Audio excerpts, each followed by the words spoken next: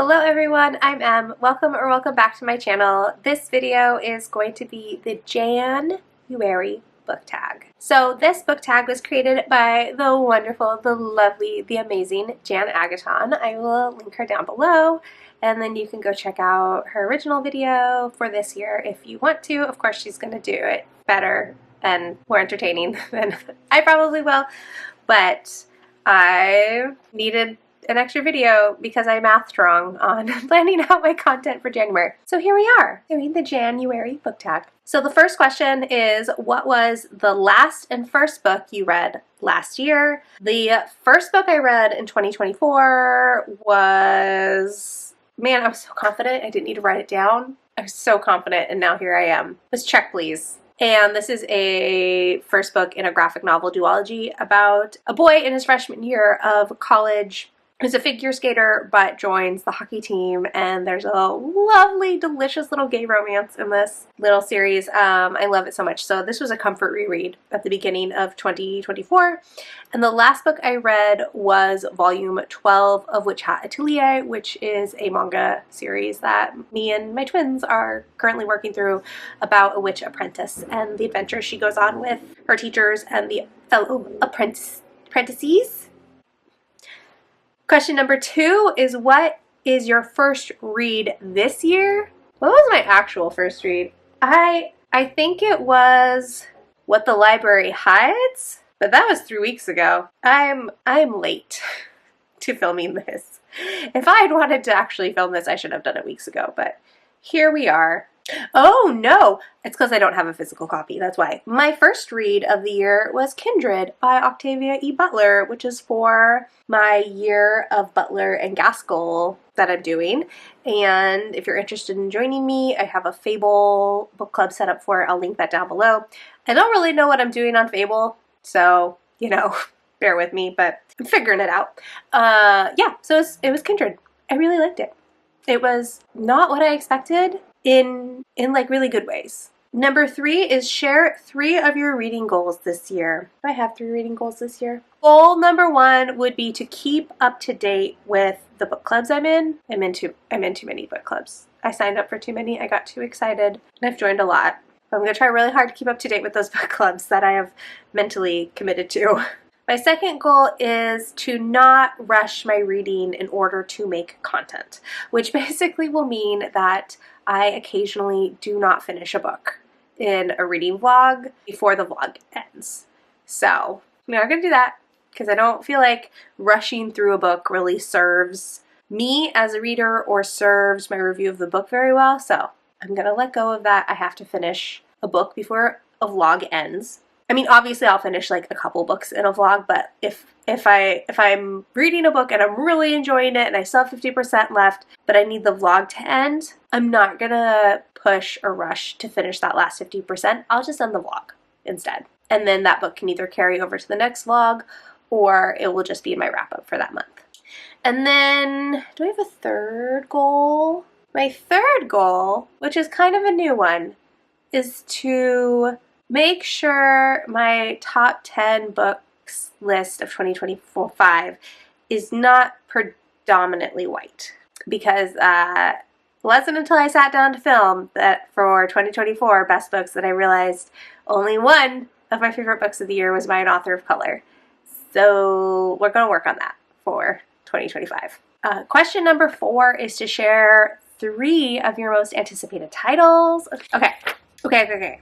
These are in no particular order. Faithbreaker by Hannah Kaner comes out later this year. This is the final book in the Godkiller series, whatever that series is actually called. I'm so excited for Faithbreaker. I cannot wait to see how she wraps up this trilogy. I will definitely be rereading book 1 and 2 before Faithbreaker comes out. I'm so excited for that one. Number 2, The Night and the Moth by Rachel Gillig. One Dark Window. Actually, Two Twisted Crowns is on my best of list for 2024, but I reread One Dark Window last year as well and finished that duology, and I love her writing style. I love the atmosphere in that duology. I'm looking at it right now. I love the way she built the romances, especially in book 2. I loved one of the romances in book 2. I liked the other one pretty okay, but there was like a romance where I was super invested in it. So I'm really anxious and curious and excited to see what she's going to do with this new world. I also really love the cover, and I'm excited for more gothic fantasy. And then number 3 is Always a Villain by Vanessa Len. This is also the end of a trilogy. Again, I don't know what the trilogy series is called, but book 1 is Only a Monster, book 2 is Never a Hero, which I read at the end of last year. And again, really excited to see how Len wraps up this series and this world. And I'm a little nervous, but this is contemporary urban fantasy series that I really, really dug. And yeah, I'm excited to see how it all ends up. Number 5 is what goals did you reach slash not reach last year? And it wasn't a goal with a finish line, but I said last year that I wanted to be better about DNFing a little bit more liberally. And I think I made some improvement, but I think I also have room to improve from that improvement. I'm not quite where I would like to be. I would like to DNF with more abandon and less hand wringing, which there's definitely a lot of before I decide to abandon a book. So I would like to be a little bit more heartless and carefree with my DNFs in 2025. Question number 6 is, are there new releases you've heard of that you have no desire to read? Oh, buddy, are there. I'm not interested in the Emily Wilde series, so I know book 3 is coming out. I'm so happy for everybody, but I have no interest in read. I read book 1 and I didn't like it very much, so I have no interest in continuing on with that series. Also, today is January 21st. Onyx Storm came out today. I have no interest in reading that series either. Again, so happy for everyone that is getting joy from that series, but it's not for me. No, thank you. And I'm sure there's more. I'm sure there's more, but those are like the 2 that are on the top of my head. Question number 7 is, what are some reading habits you want to change this year? I mentioned this already, but I definitely found myself getting into the habit last year of rushing my reading in order for it to fit within my content. And I'd like to reverse that and have my content fit my reading a little bit more. I want to try to get my reading habits. I don't think I can totally get them back to what they were pre-Bookstagram, because I don't even know if I remember what they were pre-Bookstagram, but I'd like to backpedal a little bit. I'd like to immersion read. Not immersion read less, because I really like immersion read, but I would like to maybe only consume a book in one medium instead of 2 mediums. So like a lot of the times I'll have a physical book of something for my shelf, and then I'll also get the audiobook from my library. Or the irony is I'm doing this right now, so I'm already failed at this. Like, I'm actively doing this in a vlog right now. But I'll get 2 different formats of the book in order to read that book faster, so that if I have sit down and read time, I have the physical book and I can sit down and read it. And if I only have audiobook time, I'll have access to the audiobook. And sometimes I do that because I'm so invested in the story that I want to be consuming it at all times, and so I'll get multiple mediums. But a lot of the time it's that I just want to be able to finish it quicker, and I want to get back to reading multiple things at a time in different formats, so that if I only have audiobook time, well, this is my audiobook that I'm reading right now. If I only have eyeball reading time, I have a physical book. Or if I need a book that's easy to take on the go, I have my ebook. And then just rotating through those 3. Not saying I won't ever have a book in 2 mediums, because sometimes I really do want to read the book that I'm reading, but maybe I don't feel like listening to an audiobook, and so then having the physical book serves me. Or maybe I only want to listen to the audiobook at that time, and so then having the audiobook serves me. So I'm not going to be against that doubling up, but I want that doubling up to happen because that's how I want to consume that story, not because I'm trying to speed my way through a bunch of books. That's a really long answer. I hope that all made sense. Question number 8 is, are there any adaptations you're excited about? No. There's adaptations I'm nervous about, like the Murderbot adaptation. Very nervous about that, and do not trust that Apple Plus is going to translate my favorite sci-fi series of all time to the screen in a way that I will find acceptable. I'm cautiously optimistic. This is weird. Well, not weird. Okay, I'm cautiously optimistic about the live action How to Train Your Dragon adaptation, but I also have complicated feelings about that. So I've read like 10 of the How to Train Your Dragon books. The movies are wildly different. I just, in my head, the animated movies like share the same title as the books, but are like their own story. I don't compare them in my head because they're so different.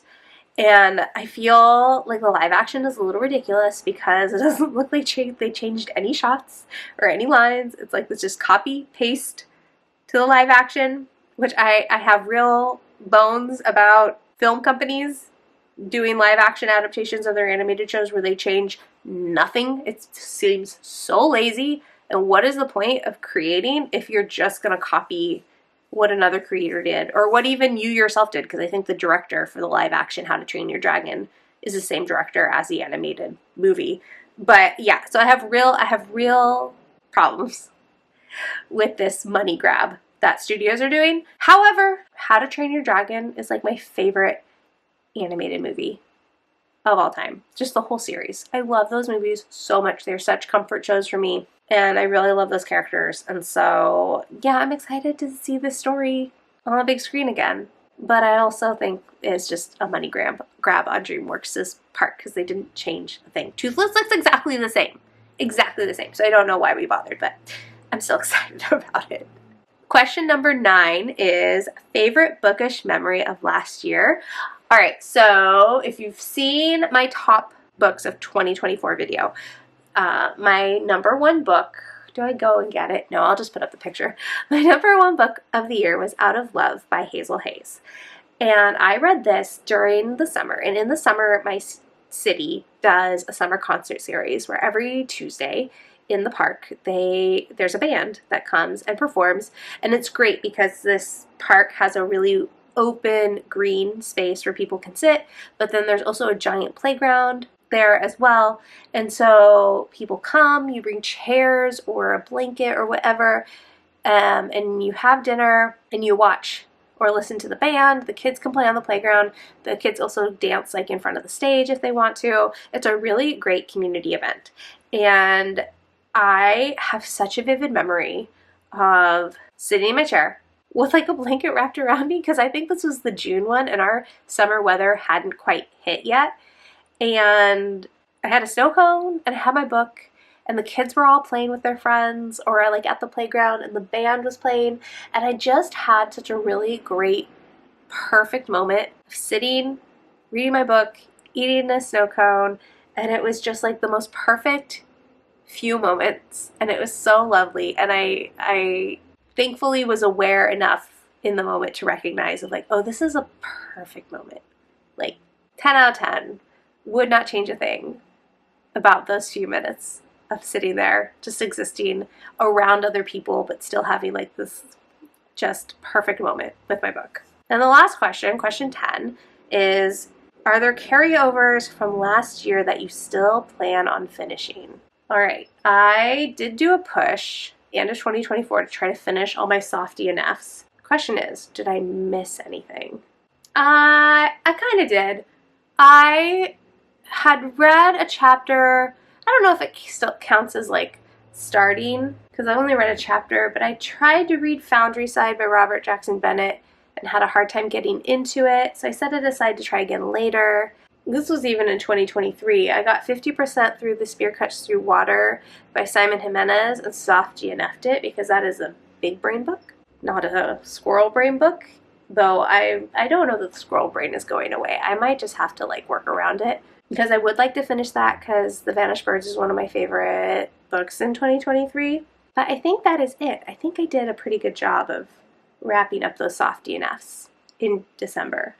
So yeah, that's it. That's the end of the book tag. Thank you, Jan, for creating this lovely little tag that was kind of fun to go through and reflect on 2024, even though we're 3 weeks into 2025, but it's okay, it's okay, it's okay. I hope your 2025 is going, I guess. Is that all we can hope for? And that you are reading things that are making you happy and fulfilling you and helping to distract you from the dumpster fire that is 2025 already. If you would like to leave an emoji to let me know you were here, let's do a firework emoji. And like if you liked it, subscribe if you want to, and I'll talk to y'all in the next one. Bye!